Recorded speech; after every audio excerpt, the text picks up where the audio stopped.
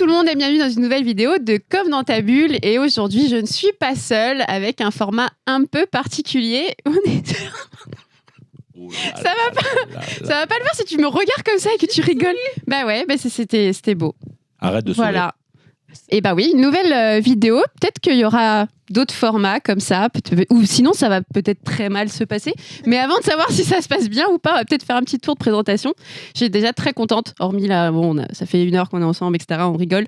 Mais je suis très contente que tu sois là, Cédric, aka le commis des comics quand même, qui est ici, à Paris. Qu'est-ce que tu fous là ? Je suis venu pour tester mes immunités. Voilà. Non, je suis venu pour la cérémonie des First Print Awards et donc c'est pour ça que je t'avais contacté. J'ai dit, il faut qu'on fasse quelque chose et on a fait quelque chose. Et là, on a encore parlé de plein de trucs à faire. Ouais. Des trucs semi-légaux d'ailleurs. Et ça me plaît beaucoup. Donc, ouais, comme ça on pourra faire des Lego aussi. Mais attends, humour.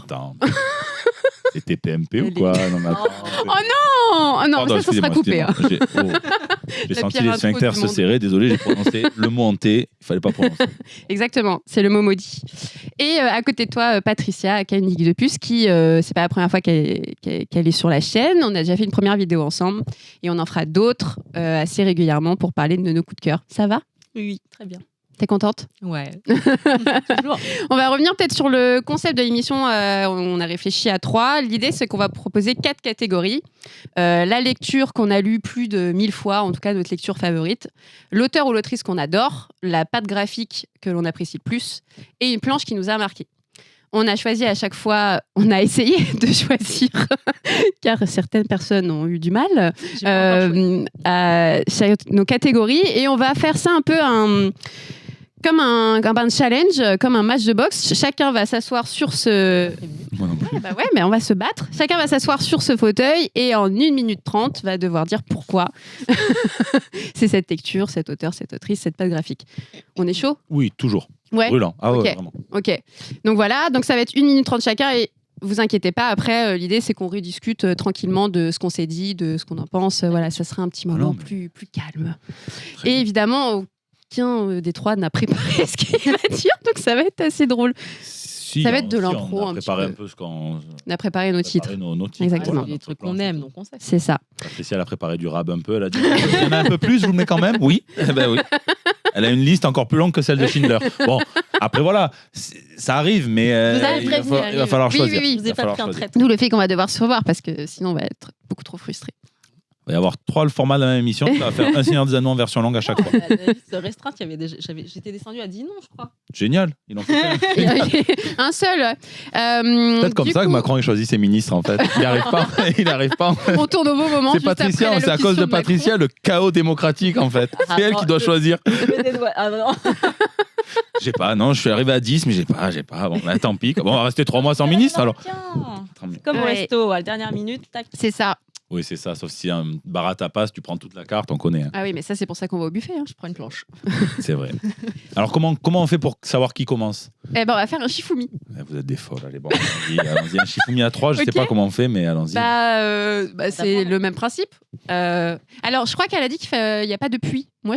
Ah non, il n'y a jamais. Ah non, il n'y a pas de puits. Okay, au Portugal, peut-être, parce que vous êtes une nation. Il y en a beaucoup. Et les puits, je vais vous êtes des bâtisseurs. D'ailleurs. Vous êtes des bâtisseurs. Ok, d'accord. Donc, c'est parti. Shifumi. Ah non, attendez, j'ai paniqué. Attends, mais il y a des règles. Attends, parce que moi, je reste comme ça. Shifumi derrière et tu fais. C'est comme ça. Bah, fais pas le comme ça. Fais plus jamais ça. Mais comment je fais? Moi, je suis pas là. Je vais lui mettre dans les côtes. Pardon. C'est un nom. Moi. Mais fais-le pas là. Pas là, vraiment. Il y a des problèmes de cadrage inhérents. Ils sont derrière la cam, là, ils en peuvent plus déjà. Ouais, c'est long là pour eux. Ok, obligé d'avoir. Ok. Non, t'es pas obligé, vraiment pas obligé.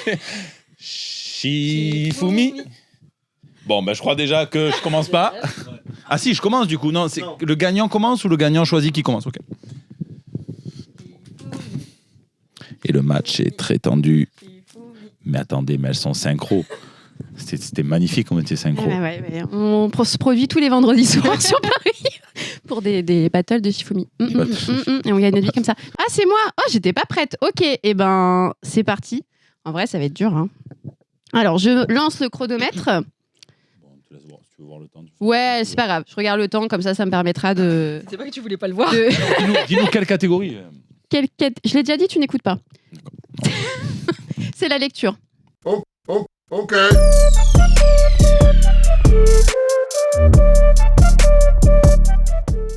Ok, donc ma lecture favorite, ça va être La Star de Ramvi et Philippe Andrade, édité chez Urban Comics, tout simplement parce que j'ai beau le lire plus d'une fois, je pleure à chaque fois. On a l'histoire de la déesse de la mort qui est virée et qui va reprendre le corps de la jeune fille La Star et qui va être à la recherche du jeune Darius parce que il a probablement l'antidote pour la vie et donc son rôle n'existe plus. Et donc voilà, on a toute une ode à le but de la vie, le but de la mort. C'est hyper beau, il y a beaucoup de métaphores, en même temps c'est très accessible. Je pense que chacun peut s'y voir un petit peu au niveau de son propre regard sur la mort. Ça renvoie beaucoup à soi-même, ça renvoie beaucoup à peut-être des proches qu'on a perdus ou à notre conception de la vie. Moi, c'est quelque chose qui me touche particulièrement. C'est aussi un titre que j'ai fait lire à beaucoup de personnes et ça a plu, notamment par les dessins de Philippe Andrade qui restent quand même très accessibles, très beaux. La couleur est incroyable. Et Ramvi a cette faculté d'écrire des personnages avec des émotions et des nuances qui sont à la fois complexes et à la fois très simples. Et ça donne tout simplement envie de le lire encore et encore. Et finalement, j'ai même pas besoin de faire 1 minute 30. J'ai fini mon argumentaire. Elle est forte, la bosse, elle est forte. Bravo. Elle est forte, bravo, bien joué. C'est pas simple. Hein. Voilà, qu'est-ce que vous avez pensé de mon argumentaire, de mon titre sélectionné? L'argumentaire est nul à chier. Le titre est très bon, par contre. Non, il est très. On peut faire un zoom sur ma tête. Ah, t'as choisi un pur titre. Il est super, ce titre. Ouais. Tout à fait d'accord avec toi. Quel est le but de la mort, alors? Tu as parlé du but de la mort? Bienvenue Pas du sur coup de... Vous êtes en plein Pas de après-midi. servir la vie et de se rendre compte que la vie vaut le coup, car à un moment donné, il y a une fin, donc il faut profiter un peu tous les jours. Tu es sûr que la vie vaut vraiment le coup? Bah ouais, quand même. Alors, je peux m'allonger. Tu peux. Non, Bah t'as oui, bien parce que raison. regarde, on est là ensemble, on rigole et moi, clairement, je fais le métier que j'aime. Tous les jours, je me réveille et je suis heureuse. Et après, ça se travaille, mais ça tend à te dire ça aussi que c'est un peu un travail tous les jours et que la mort réfléchit aussi à ça, alors que c'est censé être inné pour elle, quoi. Moi, c'est un titre que j'ai adoré. J'ai vraiment adoré. À chaque fois, je le conseille. Enfin, quand je bosse en librairie, je le conseille à chaque fois. Il n'y a pas une fois où je ne l'ai pas conseillé. Et moi, au-delà de ce que tu as dit, alors ça rejoint ce que tu as dit, c'est vraiment, ça parle de mort, mais c'est vraiment une ode à la vie. Si, ouais, Et moi, ce que j'ai aimé, du coup, Darius, en fait, comme... donc ça spoil pas, mais en gros, on va suivre quand même différentes temporalités. Moi, ce que j'aime, c'est l'évolution de Layla. Déjà, au départ, elle a pas du tout... Enfin, elle va vraiment réfléchir. Elle se fait virer. C'était la déesse de la mort. Et là, elle se fait virer. Genre, on n'a plus besoin d'elle. Mm. Et donc, elle va vraiment évoluer, même elle, en fait, vis-à-vis de... qui était son taf, Ouais. de la mort, Ouais. en rencontrant Darius, qui lui aussi évolue. Ouais. Et en fait, c'est ce parallèle entre les deux qui est génial parce que, vraiment, en grandissant, en fait, il change d'avis complètement. Et la dernière confrontation, elle est juste sublime. Ouais. Non, puis c'est aussi pas simple parce que tu arrives facilement à te mettre à la place de Darius parce qu'il fait face à la mort assez régulièrement. Donc c'est aussi symbolique que vrai. Il fait face à elle et il fait face aussi à des deuils autour de lui. Et comme je disais sur l'argumentaire, je pense que chacun peut s'y retrouver et voir aussi comment tu fais face aussi à la mort, quoi. C'est là tout le talent de Ramvi, Exactement. qui est un putain de scénariste. Ouais. Je peux le dire ça Ouais, comme ça. clairement. Ouais. Ça se dit, je crois. Et il a sa Andrade. Ouais. Et Et il a sa patte. Hein. Tu sens que quand tu lis tous les titres de Ramvi, il y a quelque chose qui est assez fort. Mais là, le dernier, c'était tous les festins de Rubin. Et donc, pareil, même si là, on est sur un autre registre qui est le milieu de la gastronomie, ça touche l'émotion. Tu as l'impression vraiment qu'à chaque fois, il veut te faire sortir une larme, mais qui n'est pas forcément, c'est pas forcément négative. Hein. Moi, je suis à chaque fois très contente de pleurer sur ce titre-là. Tu vois, ça peut être paradoxal, mais parce que je vais ressentir de l'émotion et c'est gagné pour un comics, en fait. Bah, complètement gagné. aussi avec n'importe quelle lecture. Hein. Moi, une Carrément. lecture qui me... À pleurer. Pas tu forcément veux- pleurer, mais en tout cas ressentir des choses. Ressentir des choses, Si oui. tu ressens rien et que tu as fini ton bouquin et que tu es là, ouais, bon, c'était sympa, bah. C'est que c'était la biographie de Michel Drucker, qui lui aussi d'ailleurs a trouvé un moyen de combattre la mort, apparemment. Hein. Mais ça n'a rien à voir. Non, Ramvi, ce que j'aime beaucoup chez lui, c'est qu'il a gardé la littérarité du médium comics. C'est-à-dire qu'il y en a certains qui essayent de faire des films en comics. Lui, et c'est en ça qu'on le compare souvent, et c'est peut-être un peu, ça doit être chiant pour lui un petit peu de dire tu es le nouvel Alan Moore, tu es le nouvel Alan Moore. Il est anglais, anglais-indien. Mais je comprends pourquoi on le compare à Alan Moore. Je comprends vraiment déjà parce qu'ils ont travaillé sur les mêmes séries, enfin certaines. Et parce qu'il a il y a un aspect littéraire chez lui, il s'empare du médium et il l'élève, il fait quelque chose de plus que d'autres scénaristes que pas de nom en tête, hein, mais voilà. Ouais, et moi je trouve que ce qui est très fort, peut-être pour finir sur Envy, c'est que c'est très cinématographique sur chacun de ses titres. Je me dis, ok, on pourrait faire un court-métrage, on pourrait en faire un film, tu vois, il y a quelque chose d'assez visuel dans sa construction. Je sais pas ce que t'en penses. Enfin, oui, surtout sur Lucie, ouais. Mais après, moi je trouve quand même qu'il garde. Ça reste un livre. Ah oui, complètement. Ouais. Non, contrairement à Marc Millar, par exemple, qui lui, on sait que ça a pu être un peu des storyboards, des fois, certains comics. Mais maintenant, t'as l'impression qu'il l'écrit aussi pour ça. Alors que c'est pas volontairement fait par Envy, mais que ça pourrait l'être, quoi. Même en animé, tu vois. Mais d'ailleurs, il va y avoir un opéra ça va être adapté en opéra en Angleterre. Ouais. Ah ouais? Ok. Il y a plein d'adaptations, il y a des trucs qui se lancent là au Portugal, c'est pareil, il y a eu un truc. Sur ça, ouais. Ok, super, trop bien. Et ben, je pense qu'on peut finir sur ce titre-là et on enchaîne avec toi. Allez, c'est parti. Ok.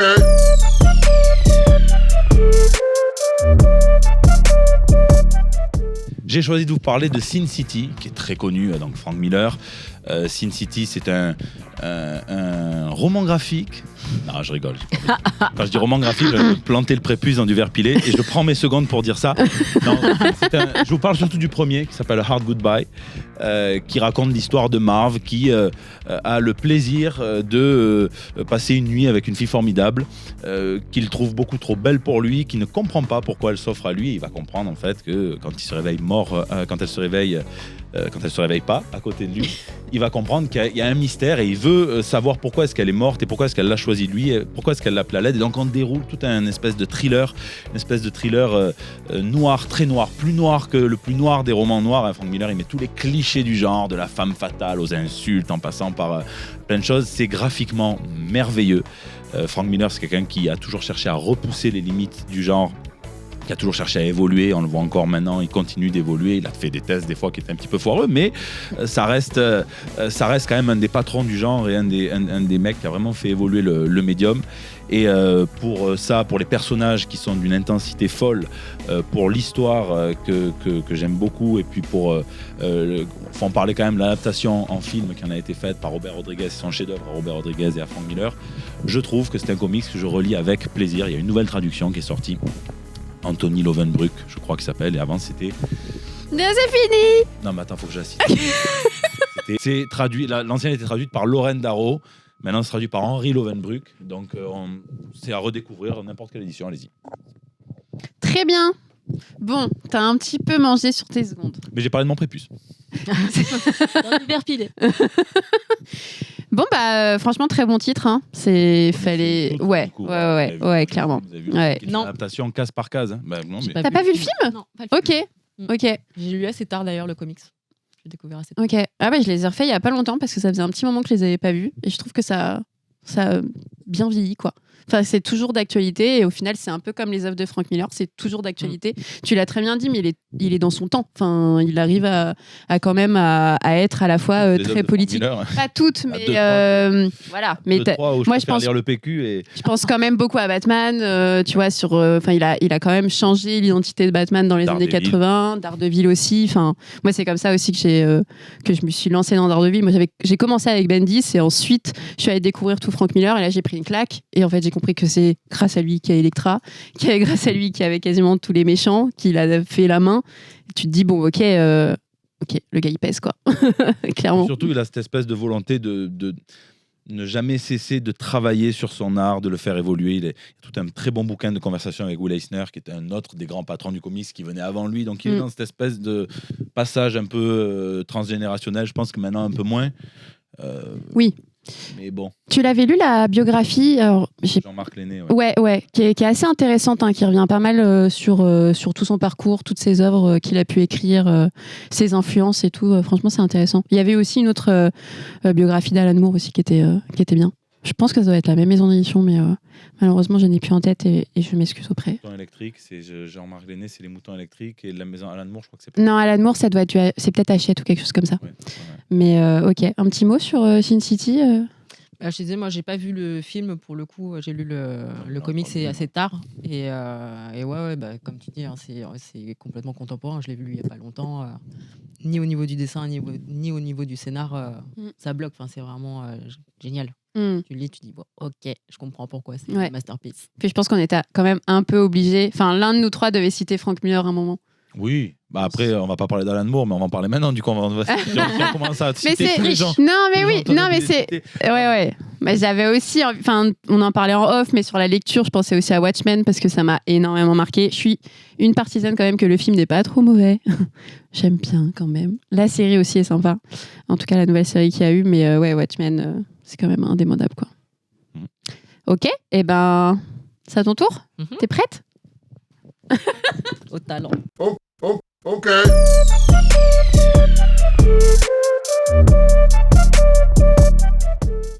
Alors moi, je vais vous parler de Nana.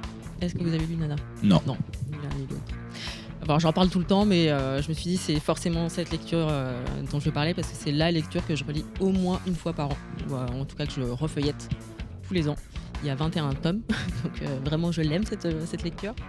Et je l'aime parce que dès que, en fait, quand ça commence, ça paraît assez simple. C'est deux filles qui portent le même prénom, qui vont se rencontrer, qui vont faire une coloc. Qui vont jusque-là, c'est sympa, mais voilà. Et en fait, ça va aborder plein de thèmes. Que ce soit moi, je l'ai découvert quand j'étais jeune, j'étais au tout début lycée.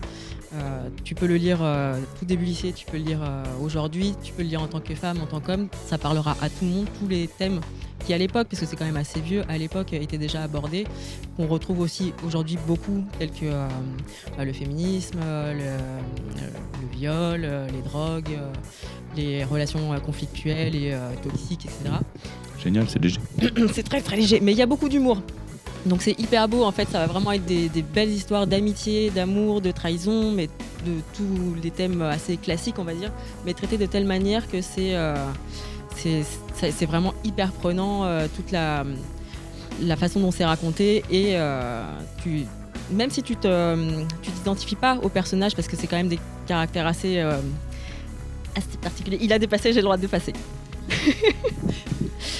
C'est à lire pour tout le monde, les femmes, les hommes, tout. On y retrouve absolument tous les thèmes qu'on aime lire. Et ça nous fait ressentir tellement d'émotions. Tu passes du rire aux larmes. Tu passes vraiment par toutes les émotions. Et rien que pour ça, faut absolument. Je sentais qu'à un moment donné, je ne pouvais plus t'arrêter. Hein. J'ai vu à tes yeux. Non, mais ça sent que t'es animé quand même par ce manga-là. C'est vraiment chouette. Ouais.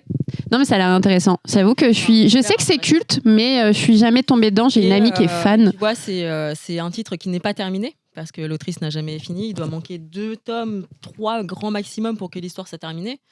Et malgré ça, c'est un titre que je recommande tout le temps parce que vraiment, il y a tout dans ce manga. Mais ça doit être terrible en tant que fan de se dire que là, tu n'as pas la fin et que tu n'es pas prête à avoir la fin parce qu'on en avait parlé en off, qu'elle fait grève en fait. J'ai fait mon deuil, quoi. Ouais. De temps en temps, il y a une info qui sort et t'es là, il y a du... non. Ça Ok. s'est arrêté sur un pic. Un truc, tu vois la vidéo où je pleure là? Ouais. Bah, j'ai relu des passages de Nana pour pleurer. C'est-à-dire que le dernier tome, je l'ai lu dans le train. Les gens me regardaient bizarrement, mais qu'est-ce qu'elle a? Elle pleure, je pleurais. À chaque page. Ah ouais. Ok. Il y a quand même un peu d'espoir.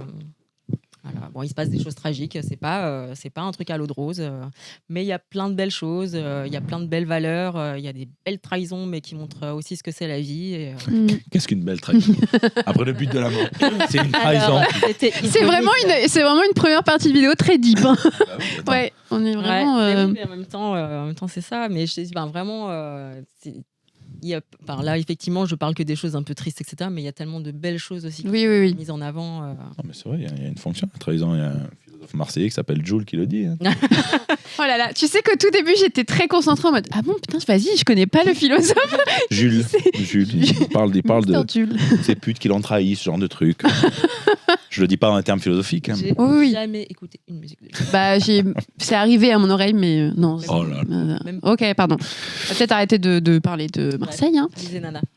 Exactement. Et ben très cool. Ça vous a plu ce premier round là? C'est pas mal. Le premier round est très bien, mais oui, c'est vrai que ça donne envie. Mais 21 tomes, c'est vrai que c'est. Ouais, j'ai l'impression de me lancer dans un truc. Ouais, après, Non, ça mange, se lit rapidement Alors, quand même. attention, elle est bavarde, hein. Il y a beaucoup de choses. Hein. Ah ouais? Et justement, t'en as pour ton argent aussi. Enfin, Ouais, c'est ouais. pas le manga souvent. Enfin, moi, j'entends souvent l'argument ouais, le manga, Ça se et lit. je sais pas combien de temps et en une demi-heure tu l'as torché. Tu l'as pas torché en une demi-heure. Ça va En faire plus. plaisir aux artistes qui mettent des heures à faire des planches, même muettes, pour mieux qu'on les comprenne et tout. Ouais, j'ai payé 8 balles ta merde. Ouais, mais j'ai mis 10 mois pour le En faire. plus, t'as des jour et nuit. T'as des comics qui se lient aussi très rapidement et qui sont pas très bavards. Hein. Moins, mais ouais. Vraiment, t'en as quand même. Non, il se. Bah là, dans le dernier club de lecture que j'ai fait, on a parlé de Batman Noël, de Libermero. Bah, c'est pas très gourmand. Ouais. Il n'y a pas beaucoup de dialogue. Non, par contre, il a mis du temps à la faire. Elle a fait. Ok, et ben on part pour la deuxième catégorie. Ok.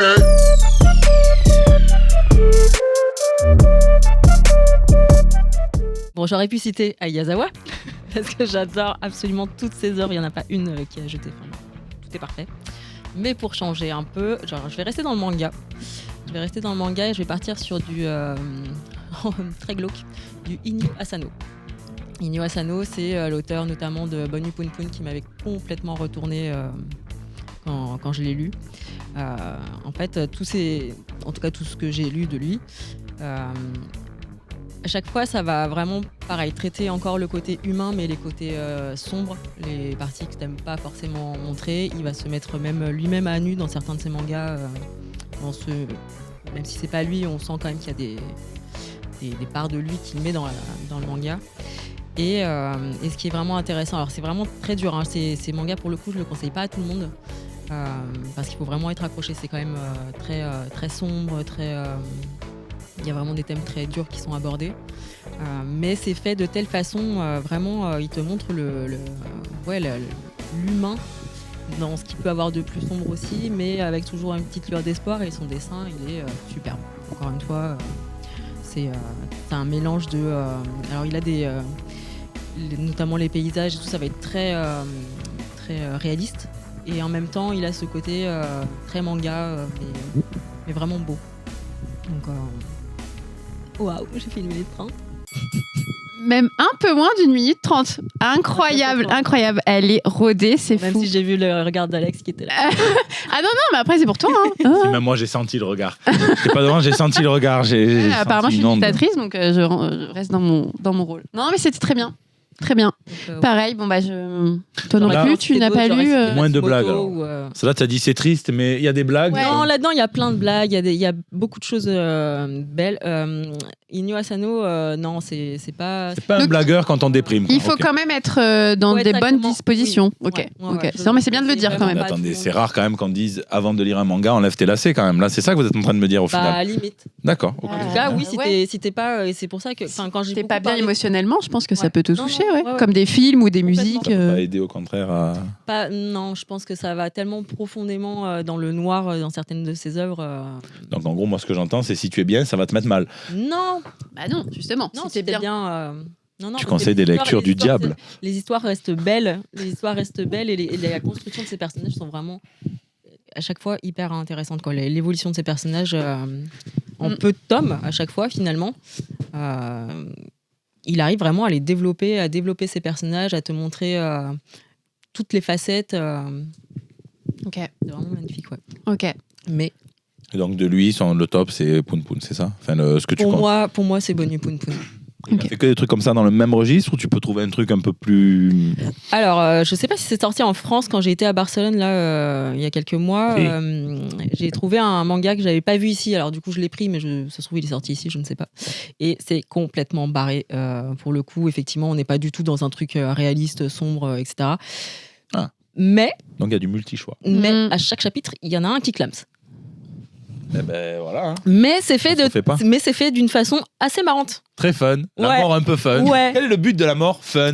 Donc, C'est rigoler en Mais ça crevant. répond au début. Mais on adore rigoler en crevant. Comme Ah là ça. là. écoute, il y en a qui fêtent C'est joyeux. les morts. Hein, C'est Eh vrai. oui, exactement. C'est vrai. Exactement. Eh ben merci, Patricia. C'est à ton tour, Cédric. Ouais, voilà. Ok.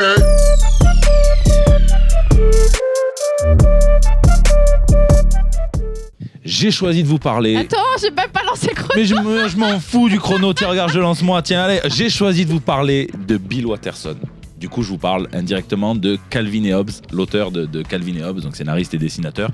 Calvin et Hobbes, qui est un comic strip qui a duré pendant environ 10 ans, ce qui est relativement long et à la fois relativement court dans l'histoire d'un strip, si on pense à Garfield ou quoi que ce soit, mais c'est génial. Calvin et Hobbes, c'est l'histoire de Calvin, 6 ans, qui est un petit garçon qui déborde d'imagination et on ne sait jamais si son tigre, qui pour tout le monde est en peluche et qui pour lui est un tigre complètement vivant, est le fruit de son imagination ou pas, c'est ça qui est bien aussi. Et il vit des aventures extraordinaires. C'est empreint de philosophie, c'est drôle. Ça ne recule pas devant des thématiques que vous avez l'air de kiffer apparemment, hein, du genre la mort, par exemple. Mais la parentalité. Et Calvin Hobbes, c'est bien parce que moi, je l'ai lu quand j'étais tout petit à la bibliothèque. Je l'ai relu ado, je l'ai relu jeune adulte, je l'ai revu maintenant que je suis vieux, je l'ai relu maintenant que je suis papa, je l'ai relu aussi. Et j'apprends un truc à chaque fois et je me régale à chaque fois. Et il n'y a pas un strip de Calvin Hobbes qui ne m'émeut pas ou qui ne me provoque pas une sensation, soit de rire, soit de... Voilà, il y a tout un moment où il doit enterrer un petit raton laveur et ça réfléchit sur la mort. Il y a le Space... je me rappelle plus du nom de son petit personnage, où c'est un aventurier de l'espace. Calvin et Hobbes, c'est un des comic strips que je recommande à absolument tout le monde. En plus, vous l'achetez pour une personne et vous pouvez le faire lire à toute la famille. Même ta grand-mère. On a 1 minute 30, mais le même ta grand-mère, je l'aime beaucoup. Donc, c'est 1 minute 33, pardon. Même ta grand-mère. Flippant. Je suis tout à fait d'accord avec toi. Moi, je suis désolée, mais du coup, je l'ai lu il n'y a pas si longtemps que ça. Donc j'étais passée à côté voilà, de ne ça. t'excuse jamais d'un truc comme ça. Non, mais parce que moi, je suis désolé. J'ai pas lu su tard Poun Poun. que c'était un classique, quoi. Et pareil que toi, j'ai pris une claque. Et je me souviens d'un conseil, parce que j'ai été libraire pendant 1 an, et de mon collègue libraire, qui est aujourd'hui le rédacteur en chef de Canabédé, qui m'avait dit, de toute façon, une bonne lecture jeunesse, ça doit d'abord plaire aux adultes avant les enfants. Et donc je lui avais dit, mais tu vois, ça est-ce que c'est trop jeunesse, est-ce que c'est accessible pour moi? Je lui ai dit non, tu vas voir. Et puis si ça te plaît, ça va plaire à tout le monde. Et c'est ça en fait. Moi je trouve que ça a la force d'être mis dans les mains, comme tu dis, de tout le monde, quoi. Et puis enfin, Patricia, parce que j'ai pas parlé du dessin aussi, qui est une forme de oui. ligne claire magnifique. Ouais, non, clairement. Pareil, moi ça fait un petit moment que je connais, mais j'avais jamais lu en entier en fait, suivi et tout. Et pareil en fait, c'est ce que tu dis. Moi, ce que j'aime beaucoup là-dedans, c'est toute la philosophie qu'il y a derrière cette double lecture. C'est pour tout le monde, les enfants, pour les grands. Ça plaît absolument tout le monde. J'ai acheté la réédition là, qui vient de sortir. Qui est magnifique. En petite, là, ouais, j'ai vu que Ouais. c'est plus petit apparemment. Ouais, Sympa, c'est un peu mais ça plus reste petit, à ouais. l'italienne et moi j'adore. Ouais. Mamma mia. Mozzarella. C'est ah oui, deux mots. Ça fait pour moi, pour le coup, ça fait sens que ce soit à l'italienne, ces strips. Ouais, clairement. Ouais. En termes de lisibilité, c'est quand même plus clair. Puis tu passes un. Puis j'ai l'impression que ça te. C'est comme ça que c'était conçu. Ouais, c'est ça. Ça se Ils lui ont voit. massacré enfin massacré, non, parce qu'après il avait géré les rééditions, mais il y en a certains journaux, puisqu'il les vendait dans des journaux, donc dans certains quotidiens, c'est paru dans plus de 27 pays, même je pense même plus de 50, je sais pas, je veux dire des chiffres au hasard, donc je vais pas dire des chiffres. On n'est pas sur BFM ici. Bah oui, c'est pour ça. Donc dans certains pays, ils s'arrangeaient un petit peu, ils mettaient des cases, ils modifiaient l'agencement. Non mais c'est génial, ça parle d'existentialisme, ça parle de Calvin qui appelle son père à 2h du matin, qui lui dit c'est qui, c'est moi, devine où je suis, et le père, enfin moi j'adore Calvin et Hobbes, je pourrais me poser, le lire toute la journée et oublier que le Ouais, il y a beaucoup de finesse quand même dans l'écriture. Ah oui. Ouais, complètement. Un petit garçon qui regarde les étoiles, qui crie hey, je suis important moi, et il n'y a pas de réponse et il dit cria la poussière, le grain de poussière. Ouais. C'est la vie. J'aurais pu choisir ça pour ma planche préférée d'ailleurs, tiens, mais je choisis autre chose. C'est vrai. Et en même temps, t'as un peu triché parce que c'est aussi. J'ai complètement triché, mais tu vois. Complètement. non, mais c'est impossible de choisir un seul auteur. Et puis en plus, ce mec-là a aussi une philosophie, à savoir qu'il a fait très très peu de produits dérivés. J'ai appris il y a pas longtemps qu'il y avait des t-shirts Calvin et Hobbes officiels qui doivent coûter très cher au marché de revente, au marché d'occasion chez les aficionados, puisqu'on est multilingue. Mamma mia. Et par contre, il n'a jamais voulu qu'il y ait de peluche ou de Funko Pop ou de n'importe quoi C'est de Hobbes, alors qu'une peluche Hobbes, c'est ce qu'il y aurait de plus évident. Donc en gros, le mec a dit non, Parce peut-être qu'il est 1, contre 2, le 3. merchandising Il veut pas. Ouais, il veut 1, pas. 2, 3, 4, 5, 6, Ouais. 7, 8 millions de dollars peut-être. Et moi, les mecs qui arrivent à refuser des millions de dollars, ou les meufs qui arrivent à refuser des millions de dollars, c'est qui ça l'intéresse pas, ça l'intéresse pas. Peut-être pas dénaturer aussi son œuvre et qu'elle est sur le papier et qu'elle reste. C'est le genre de tête dure à l'Alan Moore. Lui, il est là pour l'art. Ouais. Lui, il dit, moi, au début, je voulais m'amuser moi et faire rire ma femme. Ben, merci Bill Watterson que tu as envie de t'amuser. Merci la femme de Bill Watterson, je t'embrasse. Pas trop quand même. Non, pas amicalement, mais j'embrasse. On embrasse. Non, mais c'est vrai, c'est génial parce que Ouais. il a amusé des milliers d'enfants, des millions d'enfants, d'adultes, de vieux. Enfin, c'est trop bien. Enfin, Mais j'avais vu comme ça un article où tu avais, j'ai plus le nom du chanteur, mais qui avait dit à un moment donné, il faut pas se mentir, on fait aussi de l'art, donc que ce soit la musique, Michel les Sardou. romans, oui bien sûr, on le fait aussi pour soi d'abord.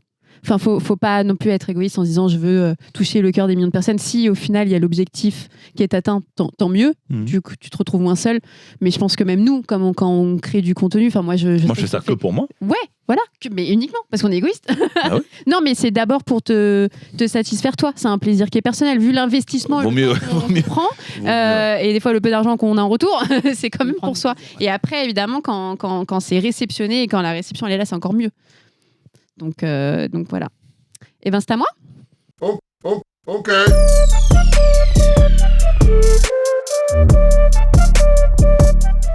Ok, je vais vous parler de l'un de mes auteurs préférés. C'était très dur à choisir, mais ça sera Ed Brubaker. Tout simplement parce que c'est le maître du polar. Je pense que c'est un de mes genres préférés. Peut-être avant ou après le super-héros. Mais quand bien même, là, je vous ai mis Catwoman, mais il est très très fort pour aborder l'héroïsme, que ce soit sur des personnages comme ici Catwoman, le soldat de l'hiver, Daredevil, évidemment, vu qu'il avait repris tout le run de Bendis. Et il rend les super-héros ou les super-héroïnes abordables avec un truc un peu gothique, un peu polar, un peu enquête, très humain finalement. Où finalement on voit les héros et l'héroïne à notre portée. Et après on part sur de l'indé. Il a notamment un duo iconique avec Sean Phillips sur Sleeper, qui est assez méconnu mais qui est l'un des meilleurs.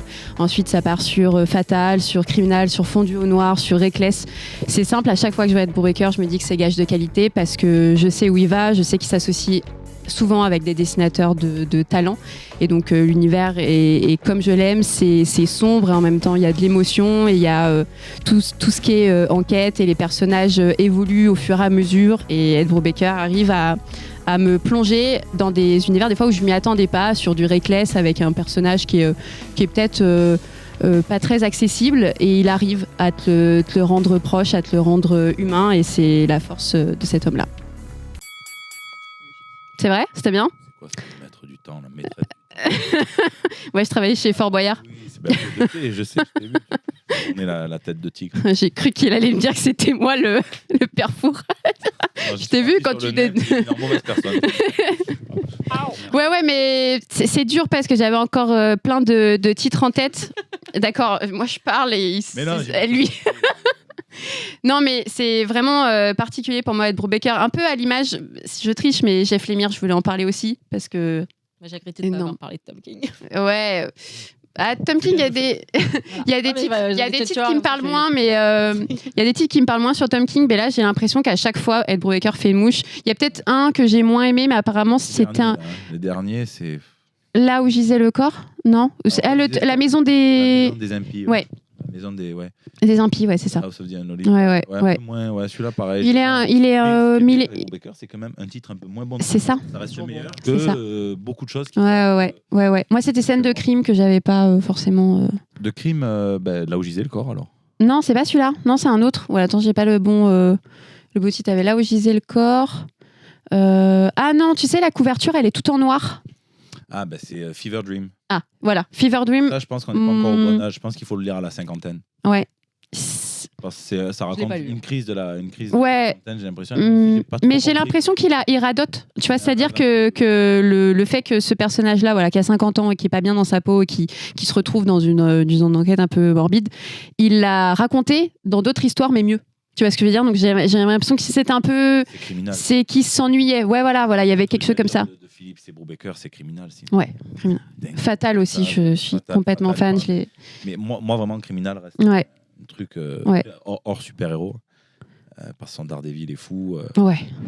Mais hors super-héros, Criminal, ça reste une œuvre que j'ai pas pu lâcher, que je relis aussi. J'aurais pu le dire. Je suis très content que tu en parles parce qu'au final. Ouais.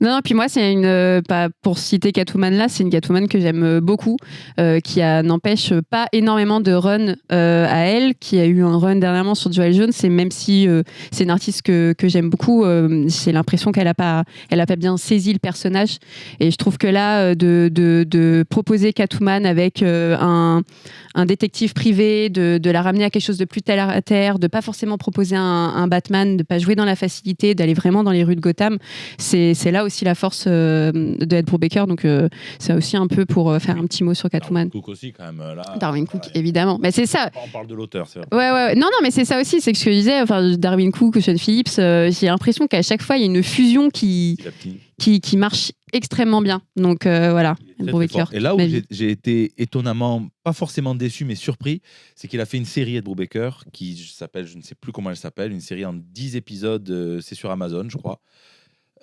Et c'est très très long. Lui qui écrit au scalpel. Moi, ce que j'aime chez Brubaker, c'est que c'est un de ses scénaristes qui écrit au scalpel, où il n'y a pas de gras.